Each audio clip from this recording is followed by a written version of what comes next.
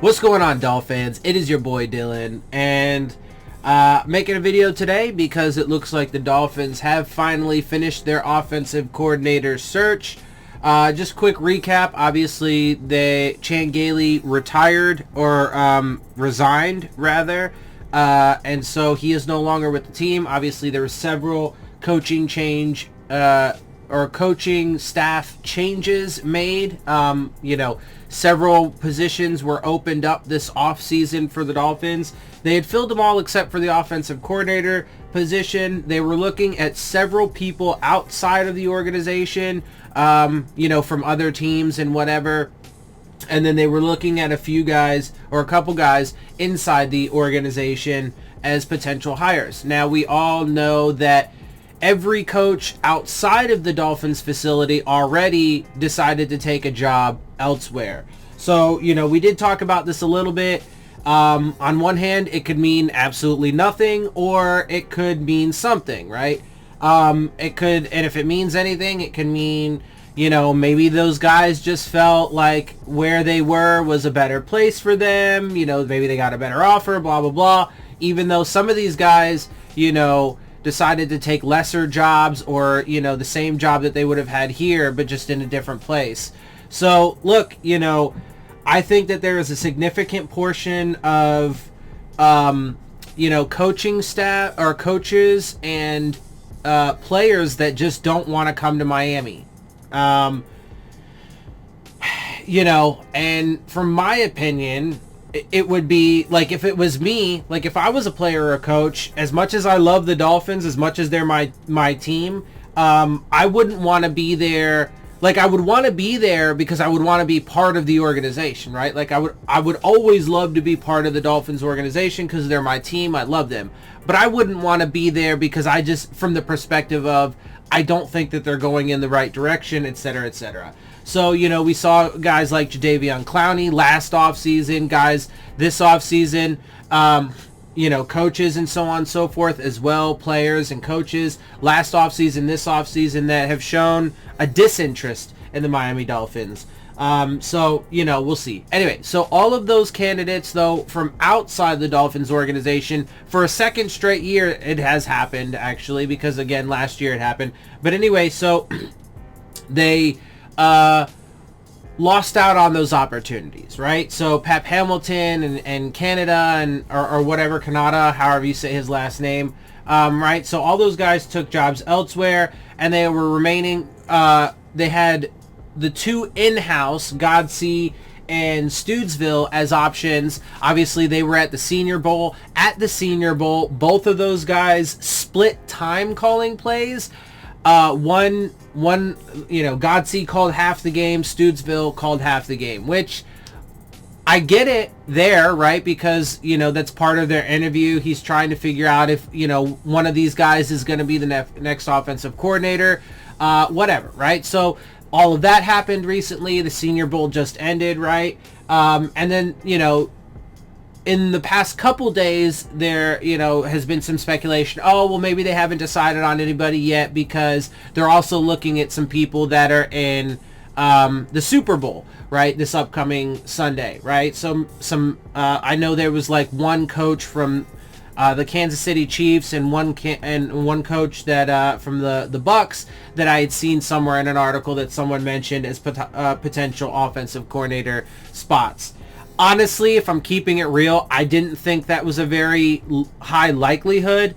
If I'm keeping it real, I just didn't see, especially when you take into account all the rest of the coaches, not just this year, but last year, who just were like, yeah, I don't want to go to Miami, and decided to, either fucking, or, some of those coaches were already here, decided to fucking get the fuck out, or just not even come here to begin with.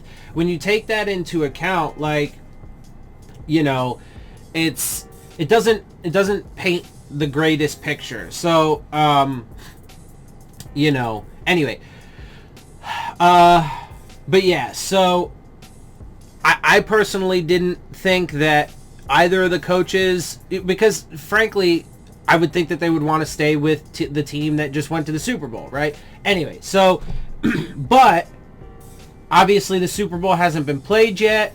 they wouldn't be able to hire either of those guys until after the Super Bowl, and they have today officially decided on who their offensive coordinator is going to be. So after that little preamble, and obviously I probably drug it out longer than it needed to be, but after that, let's go ahead and get into this article. Multiple sources are reporting, this is from CBS Sports, Dolphins promote Eric Studesville and George Godsey as co-offensive coordinators. Real quick, I just want to say, I'm not sure if this has ever been a thing. There have been, interim positions filled, right? Obviously head coach is a common one. If a head coach gets fired somewhere in the middle of the season, there will be an interim. Somebody will step up from within the organization as interim. That happens with coordinator positions. Obviously, there have been some examples of guys who weren't the coordinator but did the play calling. Brian Flores was an example of that. He never actually got promoted to defensive coordinator with the Patriots before coming to the Dolphins. He just did play calling, right? So, but I'm not personally sure if there's ever been I know that there are like assistant, right, offensive coordinators, so I guess it's kind of the same thing. But I'm not sure if there's ever been a situation, not that I'm aware of. Obviously, I'm, 31 years old, so I haven't even been around as long as the NFL has. So I just don't know. I don't have all the information to say definitively. But it does, at the very least, seem to be abnormal to have two guys actually share the position, right? The title, etc., etc. So it's strange, and look, I mean, good things were said about both of their play calling. I mean, I think it's fascinating, but I do have concerns there, especially with the way that you look at how there's been so much turnover on this coaching staff, right? And not just their player evaluations, but their coach evaluations. I'm not convinced that Brian Flores or this organization knows how to fucking build a team or build a coaching staff. So to me, there is some concern there that's like, well, none of the other guys from outside the organization wanted to come here. We can't, even hire guys that are going to be in the Super Bowl right now, and they're probably not going to want to come here anyway, which they've actually probably even had discussions with those guys if they were potential picks for the position. I'm pretty sure they at least talked to them on the phone about it, right? So, and got a gauge on their interest at the very least, and so they're like, well, nobody else really wants to come here, and, we're not even really convinced about either one of these guys, so we're just going to promote them both. I'm not saying exactly that's what they did, right? I'm not saying that they're like, oh, well, our last fucking ditch effort, and, it's not our first, second, third, fourth, fifth choice, but we're going to fucking, and, we're not even really confident in either of these guys. I'm not saying that that's what happened, but there is potential for that it could just be their fucking last resort, and they're not really even confident in either of them, so they're promoting both of them. I don't know. Anyway, the Miami Dolphins reportedly have their new offensive coordinator, or should we say offensive coordinators. On Tuesday, Ian Rappaport of the NFL Network reported that the Dolphins are promoting running backs coach Eric Studesville and tight ends coach George Godsey to serve as offensive coordinator, and they will combine to do the job. Let's note, though, but now they also will have to fill both of those roles. They now need a running backs coach and a tight ends coach as well. And I guess if they're going to share the responsibility of the job, that means that's only half the responsibility for each guy. So maybe they can also maintain some sort of, role in their current position. Maybe Studesville's going to be, co-offensive coordinator and running backs coach. I don't know. I mean, I personally think that would be stupid. I think you should have one guy for separate roles, right? I mean, you can mix and match a little bit, sure, but I think generally speaking, I mean, you should have a separate coach for each position, whatever position group on the team or whatever, whatever. So we'll see how all that plays out. I would think that they now need to fill both of those spots. We'll have to see. Stoodsville has been with the Dolphins since 2018, has served as the running backs coach and run game coordinator. He has served as running backs coach for the Chicago Bears, Giants, Bills, and Broncos. Let's see. I mean, it's just a little history on these guys. Yeah, and I mean, like I said, bro, I'm not convinced. I haven't been convinced since this whole thing fucking started, right? Like, you know, I thought, just again, real quick, you know, I've said all these things a million times before at this point, but I thought that Adam Gase was building the team in the right direction. He had a really good rookie season as a head coach, right? Took us to the playoffs, ended our playoff drought, you know, after going 10-6 in his first season, and he did that with just an average, mediocre team. The offensive line wasn't particularly great. The weapons weren't particularly great. The defense wasn't particularly great, right? Surprise, took us there. And then, you know, the next two seasons, yeah, they were step backs. They were down years compared to that first year.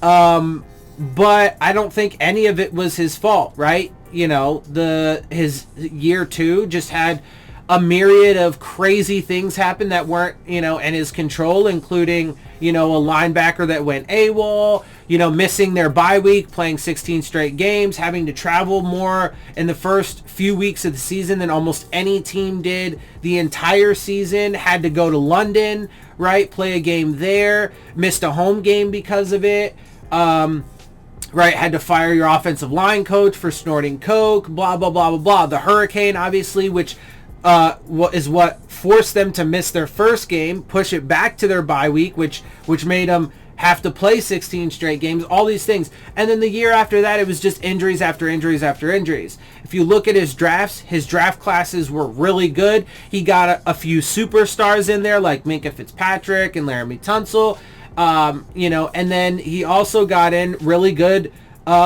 serviceable guys like Smythe and Gesicki and, you know, blah, blah, blah, blah, blah, whatever, right? Godshaw, right? Serviceable or starters, right? So I thought he was building the team in the right direction, and from the information I have, he only got fired for two reasons. Because he didn't meet the expectations that everybody had, particularly after taking us to the playoffs in year one, but it was not due to his failings. It was things out of his control. People just like their fucking instant gratification. And if they don't have it go exactly their way, well, then they freak out. So in large part, it was because of that. And also because Stephen Ross approached him and said, I want you to tank the 2019 season so we can get a quarterback in 2020. He refused to do that and then subsequently got fired.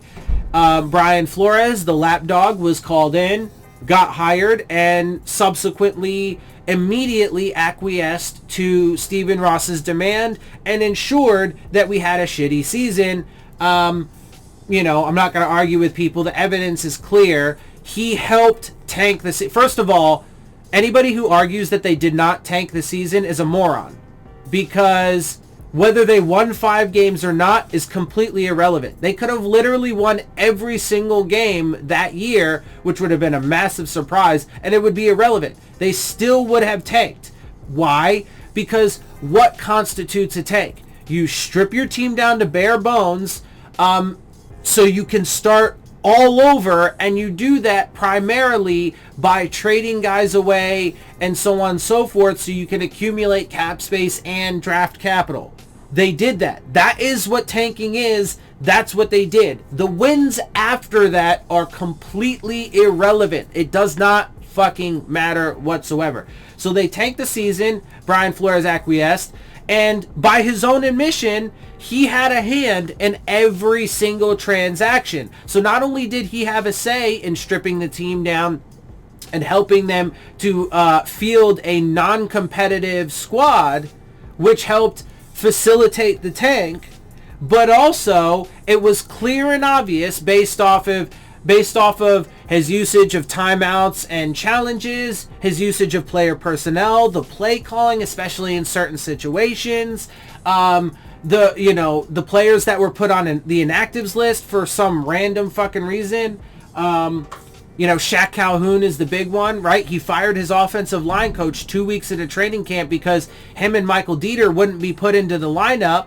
And then the new guy, the new offensive coach, said, okay, I'll put him in the lineup. But then what happened? Michael Dieter almost never left the game, even though he played like complete trash. But Shaq Calhoun kept getting put on the inactives list, even though he wasn't hurt, and actually turned out to be one of our better offensive linemen that year. There is ample evidence to prove Brian Flores helped the Dolphins tank the season. I completely disagreed with the tanking philosophy. I completely disagreed with the purge.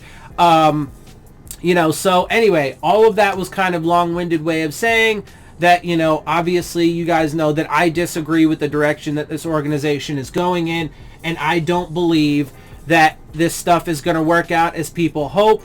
Look, I mean, Brian Flores, sure, the Dolphins did surprise and make it to 10 wins. They were 10-6 this season. But even in an expanded playoff field with 7 teams from each conference and a 10-6 record, they still couldn't make it to the fucking playoffs. Why? Because they're not actually a playoff team. They're not really that good. And what success they did have this past season was more of an aberration. And it is my opinion, my evaluation of these facts at hand, that next season they will likely regress from that 10 wins. I don't see them having another double-digit win season, especially with all the crazy, chaotic crap that's going on, and also because COVID will likely affect this next year as well pretty heavily. And so I just don't see them having another season like they did this past year. And I think that either after this season ends or somewhere in the middle of the following season, Stephen Ross will get impatient yet again, hit the reset button yet again, fire these guys, and start all over yet again. We'll have to wait and see. But historically, since Stephen Ross has become the majority owner, he has not given a single coach past 3.5 years. It's literally his MO. Like almost on the dot, 3 to 3.5 years, that window, he fires his coaches. So we'll have to see how it plays out. That's how I foresee it playing out. But we'll see who ends up being right. Again, as always, I hope that they prove me wrong. I just don't believe that that's going to be the result or the outcome based off of the information available and the data at hand. So with that, I'm going to get up out of here. I hope you guys appreciate my perspectives. If you do, make sure you hit the subscribe button. Make sure you hit the like button. Make sure you hit the bell if you want to get the alerts. Share my channel and videos with your friends and family. Leave your questions, comments, and concerns down in the comment section. Of course, as always, follow me on Twitter at Dillon Tartaro. And with that, I am out. I'll see y'all soon. Fins up.